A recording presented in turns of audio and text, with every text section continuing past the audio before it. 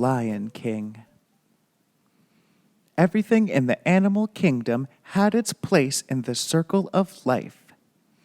When the lion, king of the Pride Lands, Mufasa, and his queen, Sarabi, had a cub named Simba, Mufasa knew that one day his son would be king.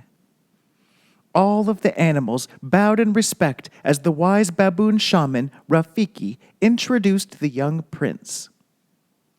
Simba grew into a healthy and energetic cub. One day, after an outing with his father, he wandered into the cave of his uncle Scar. Until Simba was born, Mufasa's brother had been the next in line for the throne. Scar was jealous of Simba, but the cub didn't know that. Simba proudly told his uncle, "My dad just showed me the whole kingdom, and I'm gonna rule it all." "He didn't show you what was beyond the rise at the northern border," Scar said slyly. "He said I can't go," Simba replied. "He's absolutely right. Only the bravest lions go there," Scar said to tempt his nephew. "An elephant graveyard is no place for a young prince." Simba immediately raced home and convinced Nala, a girl cub who was his best friend, to explore the elephant graveyard with him. When they got there, the cubs looked at the elephant bones with awe. They were just about to step inside a giant skull when Zazu, a bird who was the king's advisor, caught up to warn them how dangerous it was outside the Pride Lands. "Danger? Ha! I walk on the wild side," Simba said confidently. "I laugh in the face of danger." Just then, Simba turned to see 3 large hyenas who looked very hungry. "Do you know what we do to kings who step out of their kingdom?" one hyena threatened. Then the snarling hyenas chased the cubs into a ravine that was blocked by a large elephant skeleton. The cubs were trapped. Suddenly, there was a tremendous roar. Mufasa arrived and frightened the hyenas away.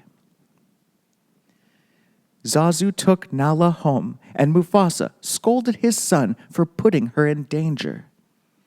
Simba was ashamed that he had disobeyed his father. "I was just trying to be like you," Simba said sadly. "I'm only brave when I have to be," Mufasa said.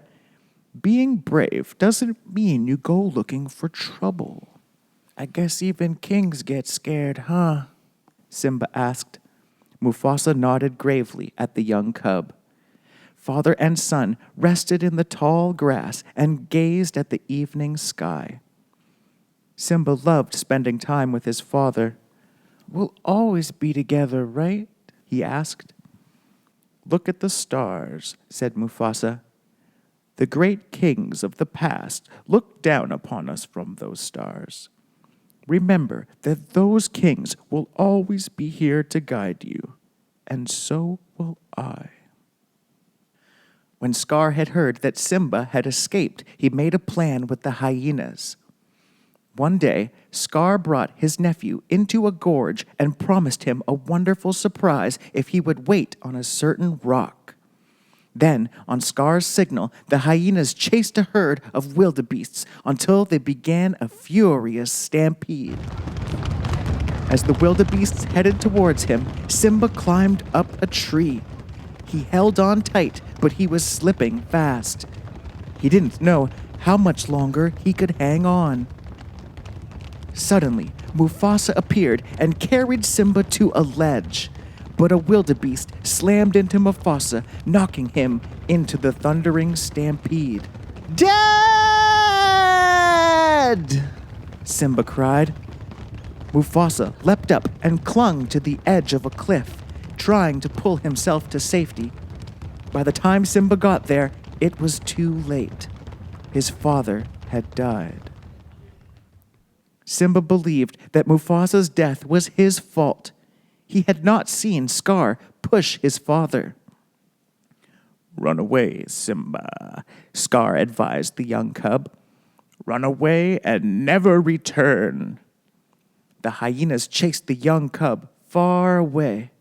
Then Scar returned to Pride Rock to announce to the lions that he would be their new king. Simba ran until he collapsed in the desert from heat and exhaustion. Luckily, 2 curious animals found him: a meerkat called Timon and a warthog named Pumbaa.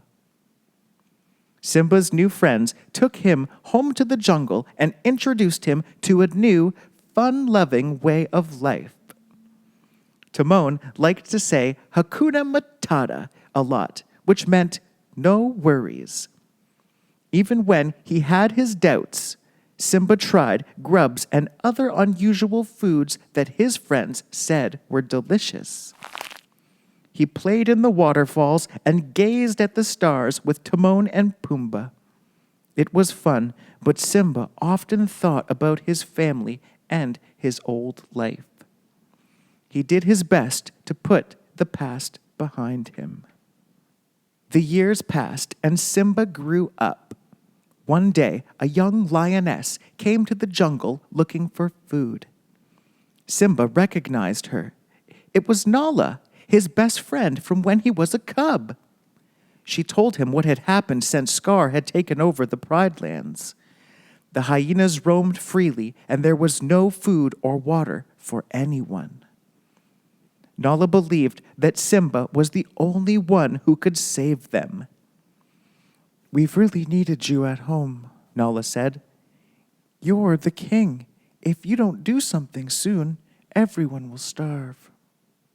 Simba was heartbroken, but he could not face going back. Then Rafiki appeared. The wise baboon convinced Simba to forget his doubts. "You follow old Rafiki. He knows the way," the shaman said as he led Simba through the jungle. They stopped beside a pool of water. Then Simba looked up. A vision of his father appeared in the night sky.